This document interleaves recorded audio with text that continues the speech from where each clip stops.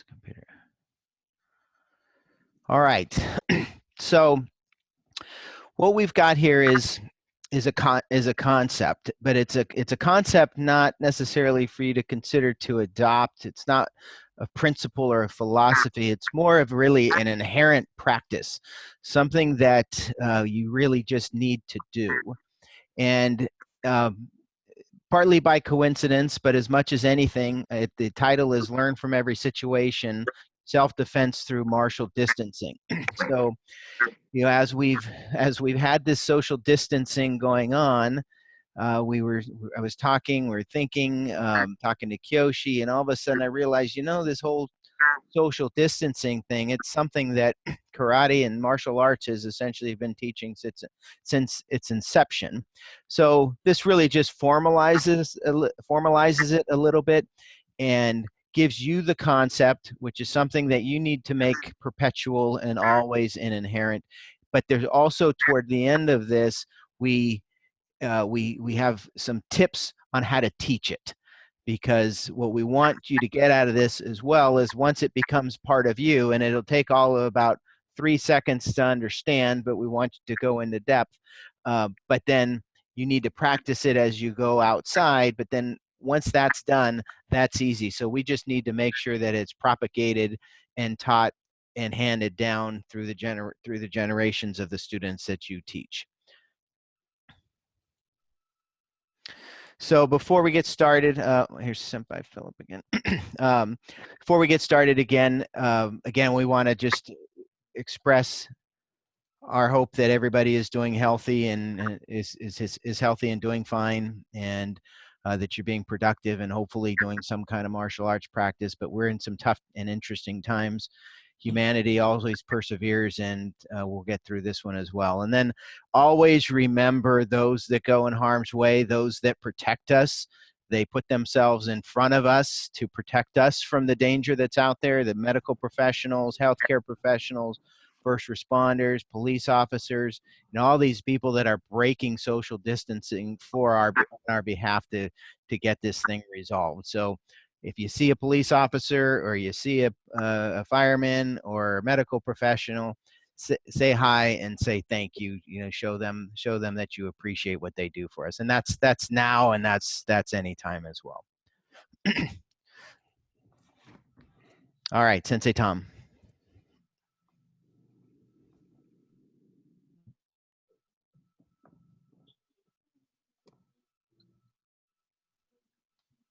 Sensei Tom, is your microphone working? Oh, there we go. Sorry about that. Thank you.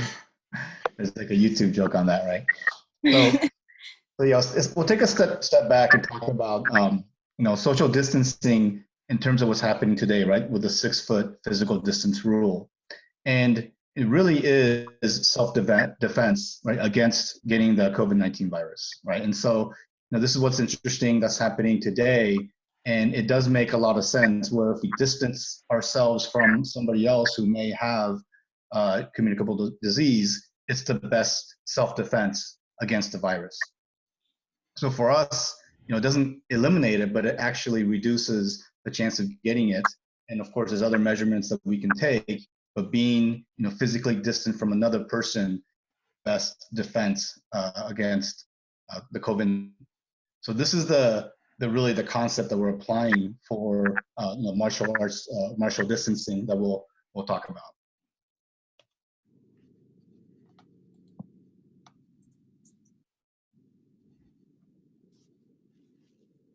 So some of the kind of typical, right, self-defense training, and what's interesting, if you take a back around self-defense, right, everything that we're taught, the self-defense kind of umbrella, but really it's self-offense, isn't it? Right. So all the things that we learn is about, you know, human to human, very close quarter, you know, within basically striking distance of each other, right? So someone says, hey, throw a punch, you respond by, okay, how are you gonna defend it? How are you gonna block it, right? How are you gonna move from one side? How are you gonna block and punch at the same time, right? And, you know, it's about violence against violence, and it is effective, right, in those situations.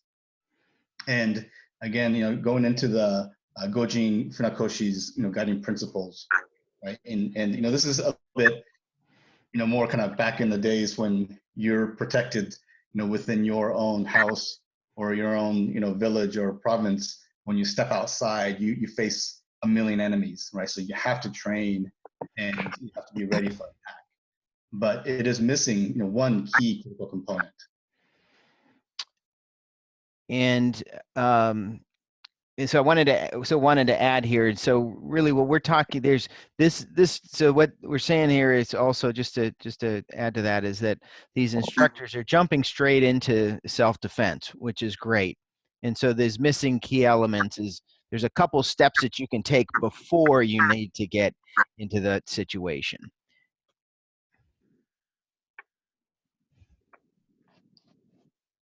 Okay, so let's go into the precepts here of martial distancing. Right? So it's a measure that's taken to reduce, if not eliminate altogether, the possibility of being harmed by another person. Right? And what we're not talking about here is someone with with a firearm or something that can travel distances. So we're talking about everyday situations where you can get hurt.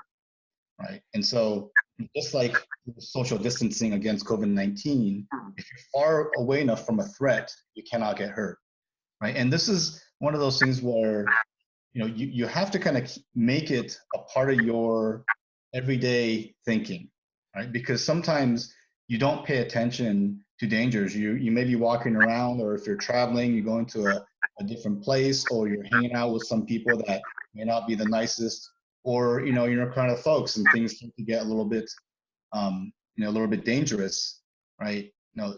You want to be able to think first, how do I not get hurt? And the number one thing you should think about is what can I do to distance myself from any threat, right? And sometimes you can't, but that's a part of the philosophy. And if you have that going in, you may not even put yourself in a dangerous situation to start with. Right now, we're going to talk about two different kinds of social distancing, right? Which is far field martial distancing and also near field martial distancing. And those have kind of different concepts to that.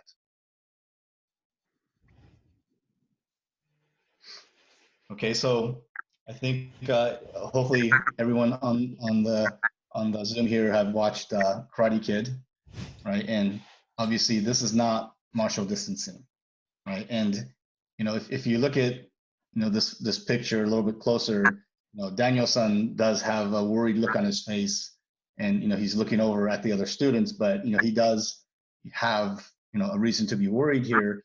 And it doesn't matter how good you are, if I forgot what his name is, but if the Cobra Kai instructor decides to punch Mr. Miyagi in the face, he's going to take it in the face. There's no way that you can dodge that unless the Cobra Kai guy pulls all the way back and just really kind of shows him that the punch is coming, and maybe you'll be able to block it, right? But this is one of those situations where you should never find yourself in, is toe to toe, face to face with someone who would want to hurt you in the first place.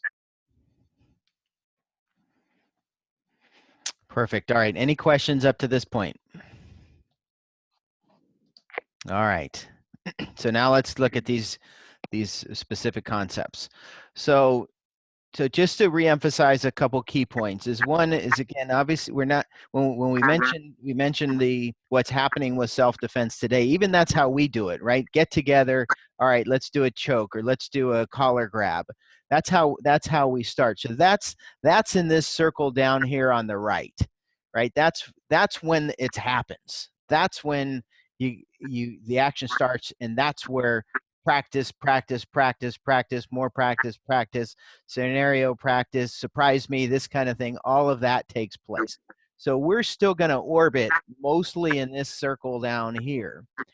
But what this martial distancing is about this, the mindset and the perspective that you should have before it gets to that point. So like we said, this training, being able to figure this part out in this circle should happen effective tonight. and then it just becomes part of you, that's a practice every day whenever you're somewhere. Then in the dojo, we'll be working on this other stuff for the rest of our lives. Um, so we're going to be focusing this far field, and we'll go a little bit more of that, which is you see the guy by himself, and then near field martial distancing, which means there's somebody in sight. So the concept of far field, so let's just think of a field and somebody's very far away, starts with a question: what is the best self-defense technique? I think we know the answer to that now. I think everybody, at least everybody in this group, I think has heard us say this at least once. But any guesses on which one of these three it is? Four it is? Kick to the groin. Okay. Other. All right. Other. Other. All right. Trick question. To get away. The answer, the best defense is not being there in the first place. And so again, when we talk about this scenario-based self-defense training, you're walking down an alley and two thugs jump in front of you. Well, don't walk in a dark alley. Somebody is there and he throws a punch at you. Well, don't be in an environment where somebody's going to throw a punch at you. You know, here we have a biker bar with this funny looking guy there. You know, do you need to be in a biker bar for the adults? Well, maybe you do. Maybe, you know, you bought a Harley and you kind of want to feel the lifestyle. Well, that's a choice. But if that's not, then you know that there's typically mean guys there. You know they drink. You know they tend to get rough, so just stay out of it in the first place. So the far field martial distancing is a pretty straightforward concept. It's think once, twice, and 3 times before you really decide to go put yourself in a situation where there might be violence. Okay. And you know, you younger black belts on this, you know, you guys and gals are going to have a lot of tough decisions to be making in the next 5 years or so, as your brain and judgment continues to develop. And this is something that a lot of us didn't get until much older. So, you know, this is really about, you know, it's about peer pressure. It's about doing the right thing. It's doing what you want, not what other people say. But ultimately, given the context here is self-defense, the main thing is be smart. If there is if there's a if you have a choice between walking down a dark alley or going around the block, take the block. You know, really practice this far field martial distancing. It just makes sense. All right. Nobody wants to get hurt. We all want to be able to say, you know, we got attacked and we took two guys out. And boy, that felt good. I finally got my karate practice, put it to use. But ultimately, it could have gone either way. And we want it to go our way. That's why we do the training. But the first step is this far field martial distancing where you're not there in the first place. Okay, near field martial distancing. So near field martial distancing, this is a little more technical. So this is a little more technical. This is something that we'll actually do a little practice with in the dojo when we come back. Near field martial distancing is the concept of maintaining a modest distance between you and anybody who could possibly be a threat. So before I go into the bullets on this, we'll talk about what modest distance is, that kind of thing. But what I want to focus on here is what is a threat? What is a threat? And it doesn't necessarily mean a direct threat. It doesn't mean that there's a guy, like Sensei Tom said, there's a guy standing there with a knife and you need to stay away from him or her. That's the obvious one. That one you don't need to know about near field martial distancing, because you will know there's somebody with a knife there and I'm going to stay away from them. The threat is really anybody that could potentially, that you don't know and could potentially do you harm. And we talk about this green light, yellow light and red light situation. It's basically anytime you're in a yellow light, you don't know when a situation can change. You don't know when you're standing in line with a Coke and you're a foot away from the person in front of you and accidentally spill it on him and he turns around and takes a swing at you, right? That's a situation where the person in front of you was no threat at all. And in an instant, because he had an attitude or a bad day, he becomes a threat. So we don't want to ever be paranoid, and especially again the younger black belts. We want you to live in a world where you feel comfortable, but we also live in a world where there are some mean people there. And so that's what this near field martial distancing it's about. It's just keeping that distance so that you don't ever have to deal with that. And if it does, you have the time to prepare.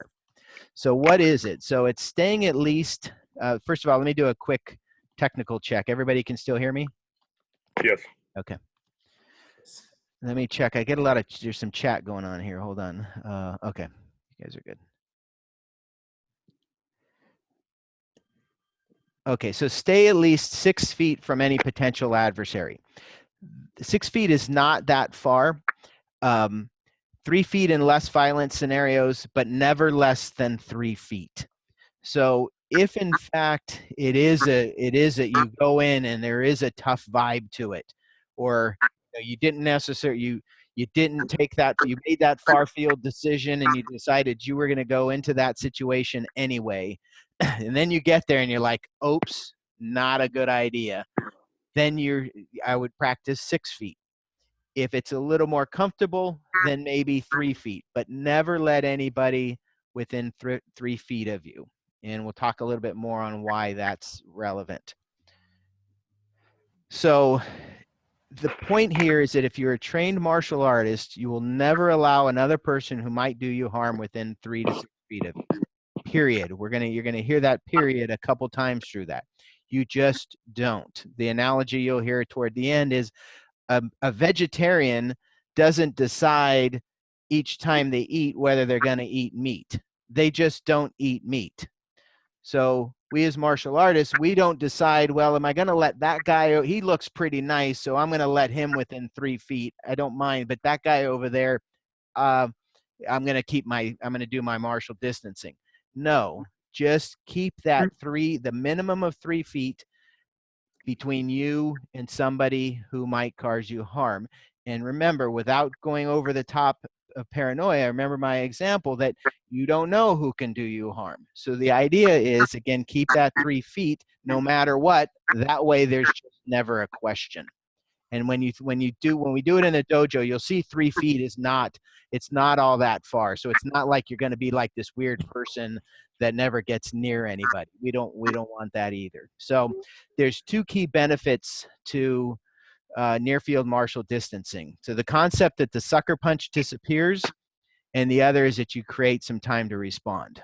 So in my 20s, when I really started, I was doing martial arts growing up, but it was more fun and more of an activity. Then so my 20s, I was in the Marine Corps, really started getting serious about it. A major priority for me was this constant concern or worry, because first of all, I'm doing this training, and you don't want to be that person that's doing karate and then gets hit, right? So first of all, I want this training to work. So if somebody's standing in front of me, the toe-to-toe image that Sensei Tom showed you with Mr. Miyagi, if he's in front of you and he's in front of me, so my priority was, am I going to be able to react fast enough to block that punch if he decides to throw a punch toe-to-toe? And it was a big deal. It was, we do speed drills, reactions. Okay, I'm going to stand here. Try to punch me. Okay. You threw your left hand. You're supposed to do your right hand. I totally missed that. This kind of thing. And never thinking once that, first of all, it's not very realistic. You might or might not have the reaction time. But the reality is, if somebody tries to sucker punch you, in other words, you're standing toe-to-toe or nose-to-nose, and they decide to throw the first punch, the fact is that they have a jump on you. and it's very hard to recover from that. So therefore, nobody, and then I realized also that throughout my training, in my teens and even to this day, even you didn't come out with Kyoshi, that nobody ever, not one instructor ever taught me self-defense that said, okay, the first thing you do is don't be there in the first place. The second thing is always keep like a 3 feet cushion between you and your opponent. It was never like that. So again, this group is getting the benefit of this earlier than I did. So, so the first is this. The first benefit is this sucker punch defense is no longer needed. So if you've got this, we're just going to use 3 feet as the example here. So if you have this 3 foot martial distancing, this 3 foot near field martial distancing, the average length of a human arm is 25 inches, and the average length of a human leg is 32 inches. So if they just stand there and try to strike you, they cannot. It's a little like we talk about sparring, speed, distance, timing, power. With distance, if you're too far, you're never going to score a point because you can never touch them. So if you have this 3 feet and they just take a swing, they cannot hit you. We'll talk a little bit more about what if they close the distance, but the fact that's a fact. What if they're taller than average? Hopefully your answer is, well, then I increase my distance. I'll go 4 feet or 5 feet or 6 feet. And you're just staying out of their range. And then what if they move a little closer? Again, and this is where the practice in the JoJo will work. But basically, if you can see my hands, you just keep that space. If they come this way, you push out. If they come more, you push out. If they come in and you push out. And then obviously if they were to back you, you're not going to back yourself into a wall, because it's the additional training is you never let yourself get backed into a wall, right? Because we know our situational awareness, we know better. But if you did, then that's when the switch is flipped and all the other physical training that we have done kicked in. So that's the first concept and the first benefit of this near field martial distancing, is that they can't get you. All right. And then the second is that it provides you time to prepare and respond. So if you're nose to nose, as you see right here, you're at equal advantage. They can hit you, you can hit them. If you have this martial distancing, then you have the advantage. Now, I guess I'll keep rolling as opposed to asking questions, but in your mind, why, if we're equally apart, if we're 3 or 4 feet apart, why do I have the advantage and not you, and not the opponent? He can't hit you. He can't hit you, correct? But you can't hit him either. So We've practiced attacks. We've practiced moving and striking and back. Almost. You're getting there.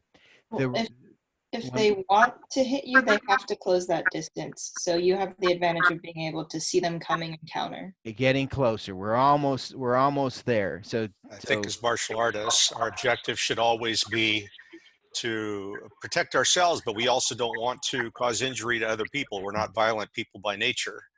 And so a win is not having to hit the other person as well and not injuring them. But you know, if we don't have to take a swing or block a punch, that's a win, period. Bingo. That's what we call groupthink, folks. We just moved right into the correct answer. Exactly. Because if he doesn't attack, nothing's going to happen, because we're never going to attack. As martial artists, we're never going to make that first attack. So the only thing that could happen is either it's neutral, because nobody crosses the gap, or he or she, I guess, is going to cross the gap, because we know we're not going to cross the gap. So we will always have the advantage because him having to cross that gap puts him at a disadvantage. So there's two. One is the preparation, is because of what we just said. You're no longer thinking, can I block his punch? Because he can't. We already know he can't hit us because of the distancing. And then we already know that I don't have to worry about attacking him because we're not going to attack. So all I need to be worried about is he's yelling, rah, rah, rah, rah, and I'm ignoring all that because it's all irrelevant. All I'm thinking about is, okay, what's the situation gonna be? Can I avoid this? Can I just do a shift? Is this the kind of guy, he's kind of slow, I can just kind of avoid him and push him to the side? Is he super strong? I need to prepare something extra violent, whatever. So this is the first thing, is it'll give you preparation. And the other is response time. So this is something else that we'll practice in the dojo, because I think you'll be possibly surprised. We have a lot of smart individuals that don't get surprised at a lot of things, but you may be surprised at just how long that 1.5 seconds for somebody to take cross 6 feet takes, because at least this is an estimate. I just did it with myself with the phone, but about 1/10 of a second, a little more than 1/10 of a second to put out a front kick. And remember, you just need to do the first part of the front kick. You don't need to time the second part of it. So in terms of how fast fighting goes, 1.5 seconds is a long time, and it doesn't take much to react. And then that telegraphing to close the gap is like an oncoming train. I mean, you might as well yell, "I'm coming." There's no way for him to kind of like sneak up on you. And then once again, what if it's 6 feet and he is trying to sneak up on you, like he moves in a foot or two? What do, Yassine? Move back a foot or two, right? So you just keep the gap there. And then, so this point, hi, Vincent, are you here? Oh, hi, I'm here. Hi, welcome. Missed the time, yeah. That's okay. We recorded so we're about halfway through, but welcome. Hopefully you're doing well. So then, and this is the reaction time if you want to counterattack. But if you're just step aside, if all you're going to do is just step aside and push, it's even less time than that. So martial distancing gives you an eternity in fighting time to react to the threat.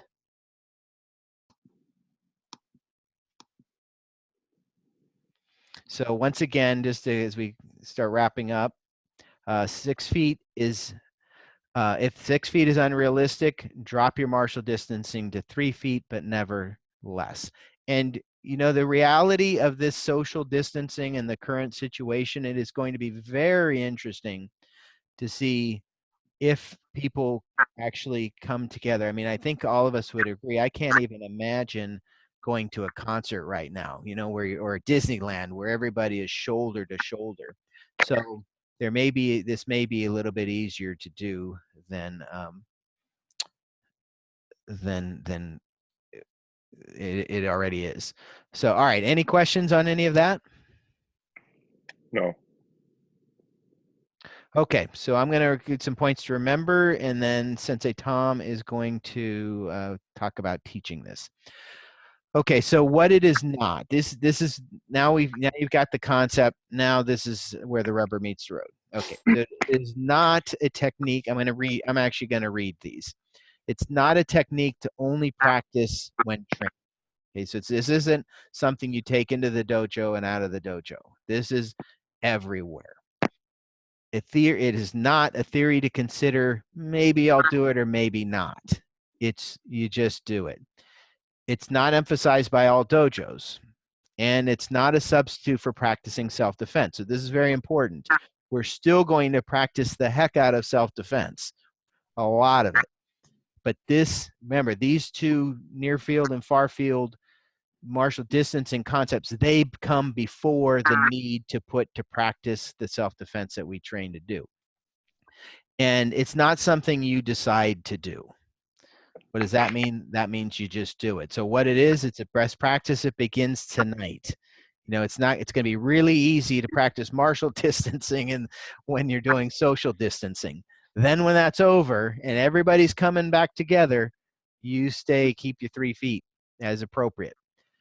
Something you just do. Once again, as I said, vegetarians don't eat meat, period. So martial artists, OCIGK, black belts, don't let someone get within 3 feet of them, period. So now we're getting down into the training aspect of it. So it is a preface to self-defense teaching at OCIGK. So everybody on this call today is at some point in time going to be teaching self-defense. So absolutely at our school, and hopefully if you ever go anywhere else, you're doing things on your own, or you go away to college and you're still teaching a self-defense class, or you're teaching one for your company, whatever, that you always preface the self-defense with these martial distancing concepts. And it's essentially mandatory at OCIGK to make sure the first thing you start with self-defense is, and even if you've said it 100 times, you know me, I'm not shy. If I've said it 100 times, I'll say it 101 times. And I'm asking you, at least when it comes to this concept, to do the same thing. So I hope we got this right. Bugandai over here means infinity, and infinity means infinity. So the point there is to recognize it starts now and goes forever. Practice martial distancing. You'll never be caught off guard. All right, Sensei Tom, back to you. Excellent. So when we talk about teaching martial distancing, I have a quick question for you guys. In terms of the profession, right, I'll say like pre-COVID, what is one profession that actually teaches martial distancing to be able to do the job?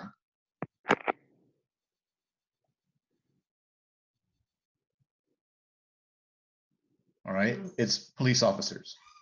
I was going to say, because Okay. when I worked alongside the campus police, I was working, as a community service officer, but they taught us specifically, I think even more than 6 feet between Yes. people. And it's a staple of police training. Right. So it's the police are trained for a 21-foot rule, because for them, it's not just about someone sucker punching them, it's someone drawing a firearm against them, right?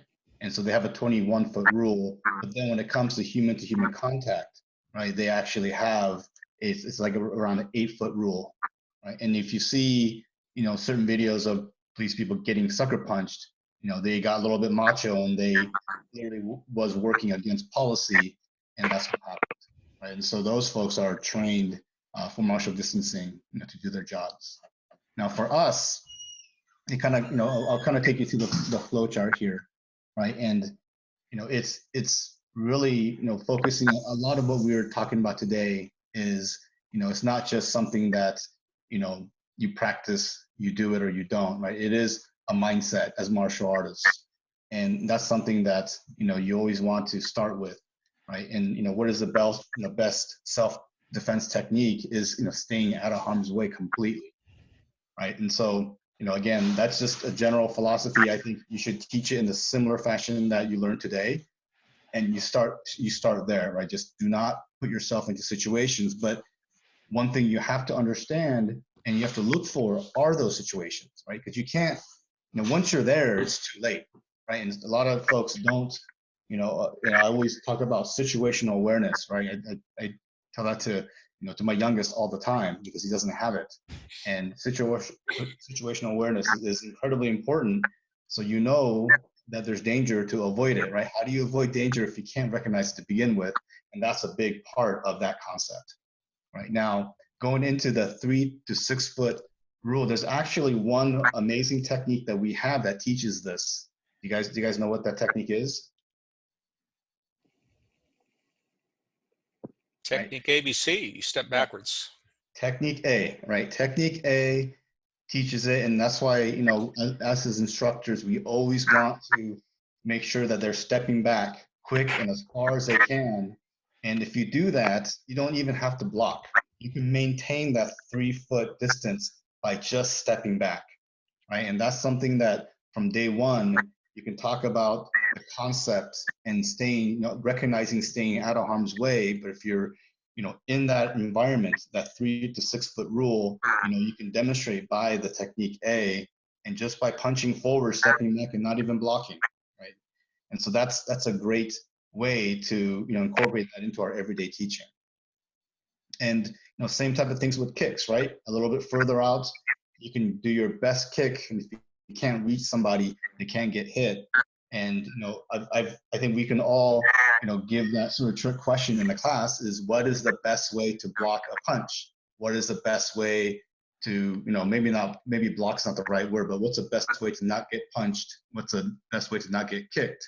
And of course, the first thing that the students will think about is the right upper block or down block, that type of stuff, right? But it is just keeping that distance where you can't get hit in the first place. And then, of course, if you're in that situation and you do have to go toe to toe or feel against one, and then of course we have all of our great techniques and katas and training that we'll do day in and day out. All right. So any questions on teaching this? It's really straightforward. The toughest part about teaching this is remembering to teach it. So again, please put it in your mind that we got just quick 2-3 minutes on the importance of martial distancing, and then you get into all the other stuff. All right. So as we wrap up, kind of hit some of this, another analogy of what's happening today if you don't teach martial distancing first in prior to jumping straight into the physical aspect of self-defense. It's a little bit like teaching a child about cooking without first warning them to stay away from the stove. It'd be like just, okay, all right, here's what we're going to do. We're going to turn on the stove. We're going to put the pot on and dump the spaghetti in there or whatever, right? You're jumping straight into the cooking without telling them, about warning them about the potential dangers of the hot stove. So it's a little bit of a reverse to that. We're not talking about the danger. We're talking about the safety piece of it, but I think you get the point. So we do train in martial arts to protect ourselves and those we care about. And the key point here is that protection doesn't start with blocking and punching somebody. That protection starts with martial distancing. It starts with not being there. It's if you have your niece that you're babysitting, your protection is not you being her bodyguard.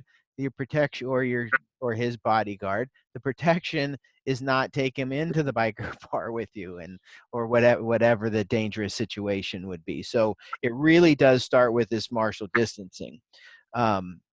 So it's part of a protection, avoiding threatening situations by keeping a 3 to 6 foot distance.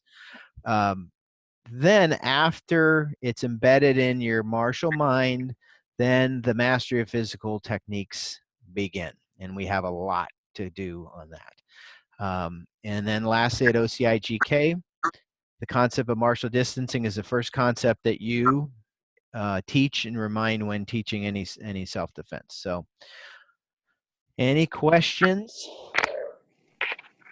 comments, theories? I do have a comment. All right. Share a quick story. Please. I don't remember the year. I want to say it was late 80s or early 90s.